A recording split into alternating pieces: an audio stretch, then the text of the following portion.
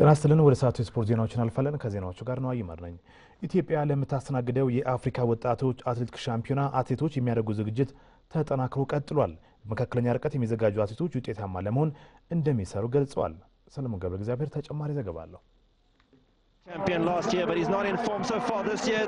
12ኛው የአፍሪካ ወጣቶች አትሌቲክስ ሻምፒዮና በመጪው የካቲት 4 ቀናት በአዲስ አበባ ይካሄዳል። የኢትዮጵያ አትሌቲክስ ፌዴሬሽን አስተናጋጅነቱን በብቃት ለመወጣት የሥራ እንቅስቃሴ ከጀመረ ቆይቷል። ኢትዮጵያ በዘንድሮ ሻምፒዮና በአብዛኛው ርቀቶች የሩጫና የሜዳ ተግባራት ተሳታፊ ትሆናለች። በሁሉም ዘርፍ ብቁ የሆኑ አትሌቶች ተመርጠው በዝግጅት ላይ ናቸው። ከዚህ ቀደም በ10ኛው ተመሳሳይ የአፍሪካ ወጣቶች አትሌቲክስ ሻምፒዮና መሐመድ አማን በ800 ሜትር አሸናፊ ሆኗል። በአፍሪካ ታዳጊ ወጣቶች ሻምፒዮና በ1500 ሜትር የወርቅ በቻይና የዓለም አትሌቲክስ ሻምፒዮና የብር ሜዳሊያ ያጠለቀው ሙሉጌታ አሰፋ በተሟላ ዝግጅት ውጤታማ ለመሆን እንደሚጥር ገልጧል።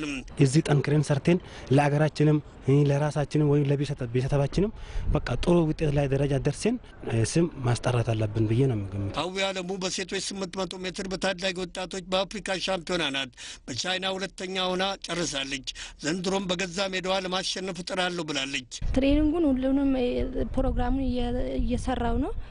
ጠንክሬ ውድድሩን አሸንፌ እንደዝጌር ፍቃድ ሀገሬን ለማስጠራት ዝግጁት ነው። አሰልጣኙ ስንታየው ካሳሁን ዝግጅቱ በቂ መሆኑን ሲገልጽ ዘውዴ ኃይለ ማርያም የሴት አትሌቶችን ተሳትፎ እናሳድጋለን ብላለች። አገሪቷ የምትፈልገውን ተተኪ የማግኘት ስራ እየተሰራ ነው የሚል ጽኑ እምነት አለኝ እና በዚህ መንገድ እየቀጠለ ነው የሚል እምነት አለኝ። ያለንን አቅም ያሟጠጥን እየሰራን ነው። ጥሩ ዝግጅት እየተደረገ ነው። ጥሩ ውጤት እናመጣለን፣ ተተኪ እናፈራለን ብለን ብያስባለሁ። ከኢትዮጵያ አትሌቲክስ ፌዴሬሽን ባገኘነው መረጃ መሰረት በመጪው ጥር ወር የመጨረሻ ምርጫ ማጣሪያ ውድድር እንደሚካሄድ ገልጧል። በየሁለት ዓመቱ በሚካሄደው የአፍሪካ ወጣቶች አትሌቲክስ ሻምፒዮና ኢትዮጵያ ተሳትፎ በባምቡስ በ11ኛው አትሌቲክስ ሻምፒዮና በ7 ወርቅ በ7 ብርና በ8 ነሐስ በአጠቃላይ 3ኛ በጋባሮኔው 10ኛው ተመሳሳይ ውድድር በ6 ወርቅ 4 ብር በ7 ነሐስ ሁለተኛ ደረጃ ማግኘቷ የሚታወስ ነው። በማዕከላዊ ሰሜን ዞን 5ኛ ሳምንት ሴቶች ፕሪሚየር ሊግ ትናንት አንድ ጨዋታ ተካሄደ። መሪው ኢትዮጵያ ንግድ ባንክና መከላከያ ባደረጉ ጨዋታም ኢትዮጵያ ንግድ ባንክ 8-0 በሆነ ሰፊ ውጤት ማሸነፍ ችሏል።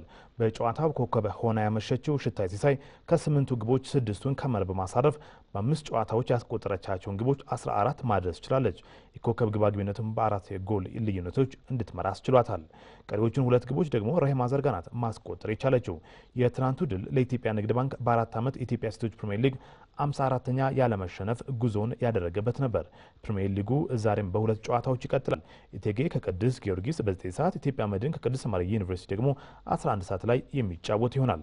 ቀሪ 2 ጨዋታዎች ደግሞ መጪው ሰኞ የሚደረጉ ሲሆን ኢትዮጵያ ቡና ከዳሽን ቢራ፣ መብራት ኃይል ከደደቢት የሚጫወት ይሆናል። የደቡብ ምስራቅ ዞን በ4ኛ ሳምንት ጨዋታዎች ነገና እሁድ ይደረጋሉ። ነገ ሲዳማ ቡና ከወላይታ ድቻ፣ እሁድ ሐዋሳ ከነማ ከአርባ ምንጭ ከነማ እንዲሁም ደግሞ አዳማ ከነማ ከድሬዳዋ ከነማ የሚጫወት ይሆናል። ወደ ውጭ ዜናዎቻችን አልፋለን። የ2015ቱን የአፍሪካ ዋንጫ የምታዘጋጀው ኢኳቶሪያል ጊኒ ዝግጅቷን አጠናክራ እንደቀጠለች የሀገሪቱ ፕሬዝዳንት ቴዎዶር አልሜያንጌ ተናገሩ። የ2012ቱን ከጋቦን ጋር በመሆን የአፍሪካ ዋንጫን በጋራ ስታሰናዳ የተጠቀመችው የማላቦና ባታ ስታዲየሞችን ያዘጋጀ ሲሆን የቀሪዎቹ 2 ስታዲየሞች የሞንጎሞና ኤቤቢያን ሰው ሰራሽ የሳር ንጣፎች ከአውሮፓ እንደመጡ ፕሬዝዳንቱ አስታውቋል። ከስታዲየም ውጭ ያሉ የመንገድ ትራንስፖርትና የሆቴል ስራዎችም እንደተጠናቀቁ ነው የተገለጸው። ከአውሮፕላን ማረፊያ ጀምሮ እስከ ስታዲየም መግቢያ በሮች ድረስም የኢቦላ ቫይረስ ምርመራ ይደረጋል ነው የተባለው። ሁሉም ሰው የሚጠብቀውን የአፍሪካ ዋንጫ ለማዘጋጀት 4 ዓመት ይፈጃል ብሎ ነበር። እኛ ግን ሁሉንም በሰዓቱ እያጠናቀቅን እንገኛለን። ስለዚህ ያን ያህል የከፋ ችግር አይገጥመንም ሲሉ ተናግረዋል። የአፍሪካ ዋንጫው የ1 ወር ጊዜ ብቻ ነው የቀረው።